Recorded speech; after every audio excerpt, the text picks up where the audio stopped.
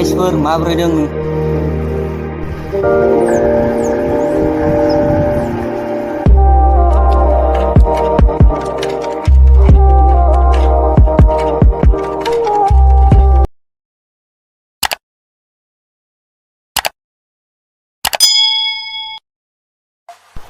hello गाइसफोर माबोरै दं नोंथांमोना आसा खालामो नोंथांमोना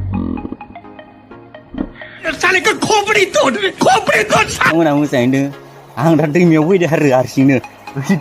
माथो बन्द'बो दोङो सानै फैदो जोङो सानै लोगोफोर नोंथांमोनाथ' थुदो जानो हागौ आंनि माबाखौ नायनानै फार्स्ट ब्लग होननानै